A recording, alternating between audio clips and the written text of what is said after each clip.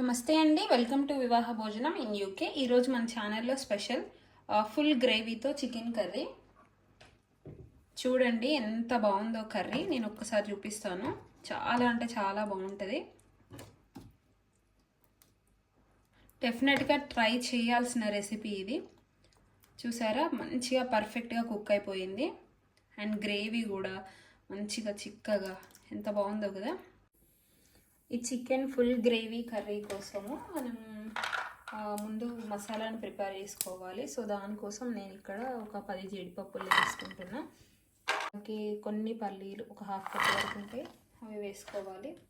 మనం కొబ్బరిని చిన్న చిన్న ముక్కలు, ఎండు కొబ్బరి ఉంటుంది కదా, దాన్ని చిన్న చిన్న ముక్కలుగా కట్ చేసుకొని వేసుకోవాలి. పచ్చి కొబ్బరి అయితే కొద్దిగా ఎక్కువసేపు వేయించుకోవాలి అంతే. దీంట్లోకి మనం రా మసాలాస్ వేసుకోవాలి. డ్రై మసాలాస్ ఉంటాయి కదా, బిర్యానీ మసాలాలు అంటాము, అవి వేసుకుంటాము.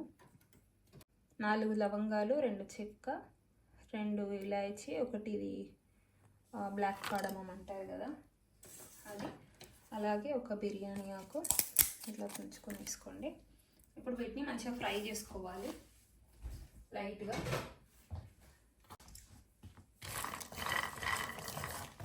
లో ఫ్లేమ్లో ఫ్రై చేసుకుంటే బెటర్, మనకు మంచిగా వేగుతాయి అన్నమాట. లో ఫ్లేమ్లో ఫ్రై చేసినప్పుడు లోపల వరకు వేగి మంచి టేస్ట్ వస్తుంది.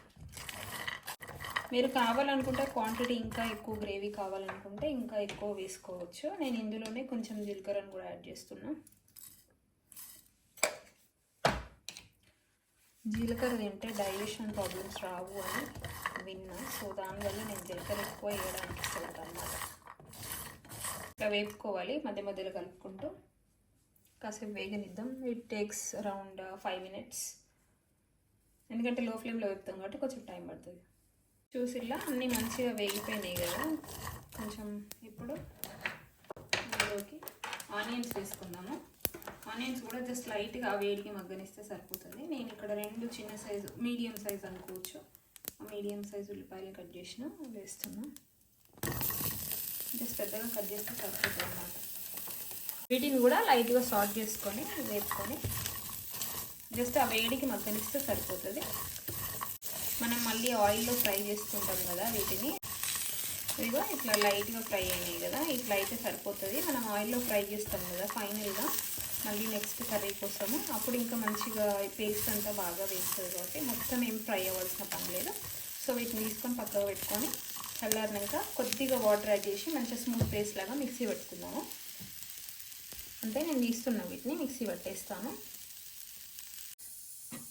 ఇప్పుడు స్టవ్ పైన ఒక ప్యాన్ని పెట్టుకొని దాంట్లోకి ఒక 4 to 5 tablespoons ఆయిల్ వేసుకోవాలి.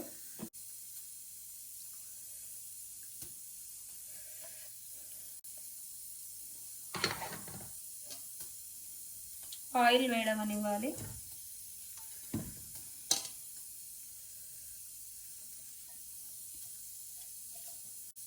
ఆయిల్ వేడైంది కదా. ఇప్పుడు దీంట్లో ఆల్రెడీ మనం జీలకర్రని మిక్సీ పట్టినాం కాబట్టి అంతేం అవసరం ఉండదు. కొంచెం జీలకర్ర వేసుకోవాలి. జీలకర్రని కాస్త ఇట్లా చిట్లనియాలి.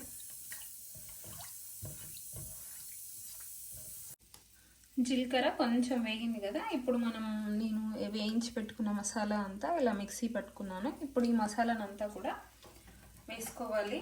ఆయిల్లో ఫ్రై చేసుకోవాలి మసాలాని.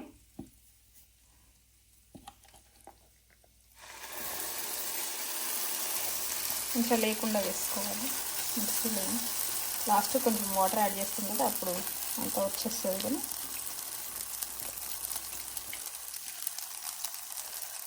సరిగ్గా వినిపిస్తుందో లేదో, నా దగ్గర ఏం అయితే లేదు, జస్ట్ నేను ఫోన్ త్రూనే మాట్లాడేస్తున్నాను. దీన్ని ఇంకా మంచిగా ఫ్రై కానిద్దాం. మంచిగా వేగిపోయింది కదా. ఇప్పుడు దీంట్లోకి మనం జింజర్ గార్లిక్ పేస్ట్, అల్లం వెల్లుల్లి పేస్ట్ వేసుకోవాలి.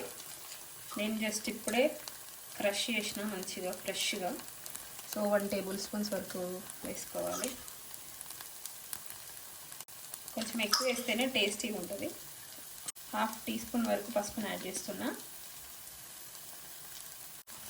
ఇప్పుడు దీన్నంతా మంచిగా పచ్చివాసన పోయేంత వరకు కలుపుకోవాలి. ఇప్పుడు చూస్తే మనకు ఆయిల్ ఏం లేనట్టుగా అనిపిస్తుంది కదా, కానీ వన్స్ మొత్తం అంతా కుక్ అయిన తర్వాత మొత్తం ఆయిల్ అంతా రిలీజ్ అయిపోతుంది. మనం ఒక 4 టేబుల్ స్పూన్స్ వరకు ఆయిల్ వేసినాము, పల్లీలు వేసినాము, ఇంకా కోకోనట్ వేసినాం కదా, కొబ్బరి. సో వాటిల్లోంచి కూడా మనకు ఆయిల్ రిలీజ్ అవుతుంది అనమాట. అందుకనే మనం స్టార్టింగ్ వేసేటప్పుడు కొంచెం చూసుకొని వేసుకోవాలి ఆయిల్ని. ఇంకా ఆయిల్ పర్లేదు మాకు అనుకున్న వాళ్ళు ఇంకొంచెం ఎక్కువ వేసుకున్నా బాగానే ఉంటుంది. మంచి స్మెల్ వచ్చేస్తుంది ఈ కొబ్బరి ఇవన్నీ వేసినాం కదా, జీడిపప్పు ఇవన్నీ. సో చాలా మంచి స్మెల్ వస్తుంది. ఇలా అంతా మంచిగా కలుపుకున్న తర్వాత ఇప్పుడు దీంట్లోకి మనం కారం, ఉప్పు ఇవన్నీ యాడ్ చేసేస్తాము. మీ కారానికి తగినట్టుగా యాడ్ చేసుకోండి. నేను ఇక్కడ ఒక 2 టీ స్పూన్ల వరకు యాడ్ చేస్తున్నా. ఎందుకంటే మనకు ఈ గ్రేవీ అనేది మసాలాస్ ఉండడం వల్ల మనకు అంత కారంగా అనిపించదు అనమాట. ఇప్పుడు దీంట్లోకి ఒక టీ స్పూన్ వరకు ధనియాల పొడిని వేసిన, 1/2 టీ స్పూనే మసాలా వేస్తున్నా. ఎందుకంటే మనం ఆల్రెడీ రా మసాలాస్ యాడ్ చేసినాం కదా, సో దానివల్ల అనమాట. ఇప్పుడు ఇందులోకి సాల్ట్ని సరిపోయేంత యాడ్ చేసుకుందాము చూసుకొని. నేను ఇక్కడ ఒక 1.5 టీ స్పూన్ వరకు వేస్తున్నా. రాక్ సాల్ట్, ఇది కొంచెం ఎక్కువ సాల్టీగా ఉందన్నమాట. సరిపోతుంది నాకు ఇది, మీరైతే చూసుకొని వేసుకోండి. ఇప్పుడు దీన్ని అంతా కూడా మంచిగా కలిసేటట్టుగా కలుపుకోవాలి. ఈ కారం మసాలా అంతా పట్టేటట్టుగా. చూడండి ఎంత డ్రైగా కనిపిస్తుందో, కానీ మనం వాటర్ యాడ్ చేసి మంచి కుక్ అయ్యేసరికి మనకు ఆయిల్ అంతా రిలీజ్ అయిపోయి మంచిగా ఉంటుంది. ఏం బర్రీ అవ్వద్దు. ఇది నాకు ఒక ఫ్రెండ్ నేర్పింది రెసిపీ. ఇక్కడే బాగుంది కర్రీ. ఎప్పుడు ఒకేలా కాకుండా కొంచెం డిఫరెంట్గా చేసుకోవాలనుకున్నప్పుడు ఇట్లాంటివి ట్రై చేయొచ్చు. ఇప్పుడు ఇందులోకి మనం క్లీన్ చేసి పెట్టుకున్న చికెన్ ఉంటుంది కదా, చికెన్ వేసుకోవాలి. ఇదిగో నేను ఇక్కడ కేజీ వరకు చికెన్ వేసుకున్నా. కేజీ వరకు ఉంటుంది, ఇదంతా వేసుకోవాలన్నమాట. ఇప్పుడు చికెన్ అంతా కూడా మంచిగా ఈ మసాలా పట్టియాలి చికెన్కి అంతా. అప్పుడు మనకు ఫ్లేవర్స్ అన్నీ మంచిగా చికెన్కి పట్టుకొని మంచి టేస్ట్ ఉంటుంది కర్రీ. కొంచెం ఈ స్పాచులాతో కలపడం కష్టమే, మనకు గరిటెతో కలిపినట్టు ఉండదు, ఎందుకంటే వంగిపోతూ ఉంటుంది కాబట్టి. బట్ ఏంటంటే నాన్ స్టిక్ వాటిలో మనం గరిటెలు యూజ్ చేస్తే ఆ నాన్ స్టిక్ అంతా పోయి మనకు గిన్నెలు ఖరాబ్ అవుతాయి అన్నమాట, తొందరగా లాంగ్ లాస్టింగ్ ఉండవు. సో ఎక్కువ రోజులు ఉండాలి అనుకున్నప్పుడు మాత్రం కొంచెం కేర్ఫుల్గా చూసుకోవాల్సిందే, తప్పదు. ఇట్లా మంచిగా కలుపుకున్నాక మూత పెట్టకుండానే మనం ఒక 8 to 10 మినిట్స్ అట్లా ఫ్రై చేసుకోవాలి చికెన్ని మసాలాతో పాటుగా. మూత పెట్టేస్తే ఏమవుతుందంటే వాటర్ అంతా బయటికి వచ్చేస్తుంది. సో దానివల్ల మనకు చికెన్ అంత టేస్టీగా అనిపించదు అనమాట వెంటనే మూత పెడితే. అందువల్ల మనం ఇట్లా ఆయిల్లోనే మంచిగా మసాలా అంతా వేగేటట్టుగా ఫ్రై చేసుకోవాలి. దీన్ని ఒక 5 మినిట్స్ అట్లా వేగనిద్దాం. చూసారా మొత్తం చక్కగా ఫ్రై అయిపోయింది కదా ఆయిల్లో. ఒకసారి కలుపుకుందామా. అంటే ఇట్లా ఫ్రై అయిన తర్వాత ఒక 2 నిమిషాలు మంచిగా చూడండి, ఇట్లా మంచి కలర్ వచ్చేసింది కదా, ఇట్లనే ఫ్రై చేసుకోవాలి ఎప్పుడైనా. లేదంటే మనకు కొంచెం నీచు వాసనలాగా వచ్చేస్తుంది, ఎందుకంటే మనం ఆయిల్లో ఫ్రై చేయలేదనుకో చికెన్ని. నాకైతే పర్టికులర్గా అట్లా అనిపిస్తుంది అనమాట. కాకపోతే కొంచెం టైం టేకింగ్ ప్రాసెసే, కానీ టేస్ట్ మాత్రం వండర్ఫుల్గా ఉంటుంది అనమాట. యమ్మీగా తినేసేయచ్చు. కొంచెం కష్టం అనుకోకుండా ఇంట్లో వాళ్ళకి వేసి పెడితే మంచి అప్రిషియేషన్స్ వస్తాయి అన్నమాట. మూత పెట్టుకొని ఒక 2 మినిట్స్ కుక్ చేద్దాము. యూకేలో అయితే ఈ గ్రేవీలో వాటర్ వేసేసి డైరెక్ట్ చికెన్, రా చికెన్ ఉంటుంది కదా, దాన్ని అందులో వేసేస్తారు కొంచెం వాటరీగా. నాకైతే అస్సలు నచ్చదు అనమాట రెస్టారెంట్లో తినడానికి. చికెన్ కర్రీ కానీ ఈవెన్ బిర్యానీ కూడా ఆ కర్రీలోంచి తీసిన పీసెస్తోనే బిర్యానీ చేస్తారు. అది బిర్యానీ అనొద్దు అసలు నన్ను అడిగితే. సో మనం ఇప్పుడు ఒక్క 2 నిమిషాలు ఉడకనిస్తే చికెన్లో ఏమైనా ఎక్స్ట్రా వాటర్ ఉంటే అదంతా బయటికి వచ్చేస్తుంది. 5 మినిట్స్ అయింది. సో నేను ఇప్పుడు మూత ఓపెన్ చేస్తున్నా. చూడండి మొత్తం ఆయిల్ అంతా సపరేట్ అయిపోయింది కదా. ఇంట్లోకి నేను వాటర్ యాడ్ చేస్తున్నా. సో ఏంటంటే నేను ఆల్రెడీ మిక్సీ బౌల్లోనే 1 లీటర్ వరకు వాటర్ని యాడ్ చేసి అవే వాటర్ యాడ్ చేస్తున్నాను అన్నట్లు.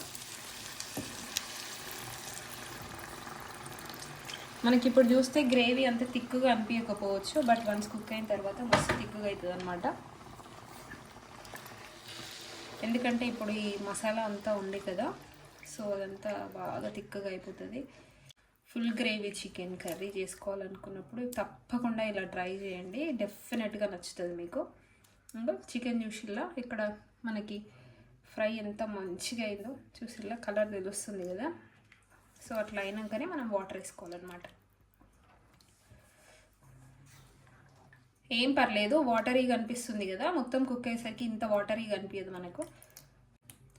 చాలా బాగుంటుంది కర్రీ. ఇప్పుడు మూత పెట్టి దీన్ని మంచిగా ఇంకొక 10 నిమిషాలు ఉడకనిస్తే గ్రేవీ అంతా చిక్కబడిపోయి కూర అంతా రెడీ అయిపోతుంది. అప్పుడు మనం జస్ట్ కొత్తిమీర వేసుకుంటే, లేదు అంటే కొత్తిమీరకు బదులుగా మనం కసూరి మెతినైనా వేసుకోవచ్చు. ఆ ఫ్లేవర్ కూడా చాలా బాగుంటుంది. నేను ఇప్పుడు మూత పెట్టేస్తున్నా, 10 మినిట్స్ అట్లా వదిలేద్దాం, ఉడికిపోతుంది, చిక్కగా అయిపోతుంది గ్రేవీ కూడా. సో 10 మినిట్స్ అయిపోయింది, ఓపెన్ చేస్తున్నా. మొత్తం ఆయిల్ అంతా సపరేట్ అయింది, చూసారా, నేను చెప్పాను కదా. ఒకసారి కలిపి చూపిస్తా, చూడండి చక్కగా కుక్ అయిపోయింది, కనిపిస్తుంది కదా, అదిగో అట్లా ఉంటుంది, మంచి కుక్ అయిపోయింది. ఇప్పుడు మనం ఫైనల్గా కొత్తిమీర బంద్ చేసుకోండి వీలైనంత. అంతే, రెడీ అయిపోయింది మనకు చికెన్ గ్రేవీ కర్రీ. ఇంకా కొంచెం మనకి చల్లారింది అనుకోండి, ఒక చల్లారడం అంటే మొత్తం చల్లగా అవడం కాదు, ఒక 2 మినిట్స్ మనం ఇలాగా ఫ్లేమ్ ఆపేసి వదిలేసామనుకోండి, గ్రేవీ ఇంకా చిక్కగా అవుతుంది అనమాట. చూపిస్తాను నేను అది కూడా. అంతేనండి, కొంచెం ఓపికతో చేసుకోవాల్సిన రెసిపీ. గ్రేవీ మస్తు ఉంటుంది, ఇంకా మనకు వేరే ఏం అవసరం ఉండదు దీనికి సైడ్ డిష్ లాగా. అంటే ఒక్కొక్కసారి మనం చికెన్ ఫ్రై చేసి రసం అట్లా చేస్తాం కదా, సో దీనికి అదేం అవసరం ఉండదు. నేనైతే చికెన్ ఫ్రై చేస్తే మోస్ట్లీ టమాటా చారు చేస్తాం, మేము చారు అంటాము, రసం అనము. ఈ స్టేజ్లో మీకు ఏమన్నా సాల్ట్ అట్లా సరిపోకపోతే అడ్జస్ట్ చేసుకోండి. టేస్ట్ చేసి చెప్తాను. సూపర్ ఉంది, చాలా అంటే చాలా బాగుంది, మస్ట్ ట్రై రెసిపీ అని చెప్తాను నేనైతే. చూడండి ఎంత బాగుందో కదా చూడడానికి. నేను ఒక 2 మినిట్స్ వెయిట్ చేసాను అనమాట, మీకు చూపిస్తాను అని చెప్పాను కదా, కొంచెం ఆ మగ్గితే ఎలా ఉంటుంది అనేది. సో చూడండి,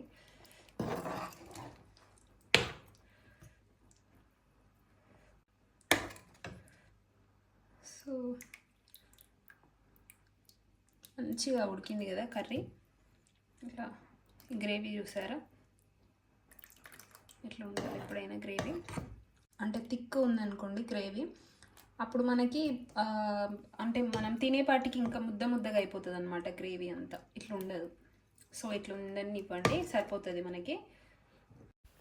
ఈ వీడియో మీకు నచ్చినట్లయితే ప్లీజ్ సబ్స్క్రైబ్ చేసుకొని బెల్ని ఆన్లో పెట్టుకోండి, నోటిఫికేషన్స్ అన్నీ ఫాస్ట్గా వచ్చేస్తాయి మీకు. Thank you so much for watching, see you next video.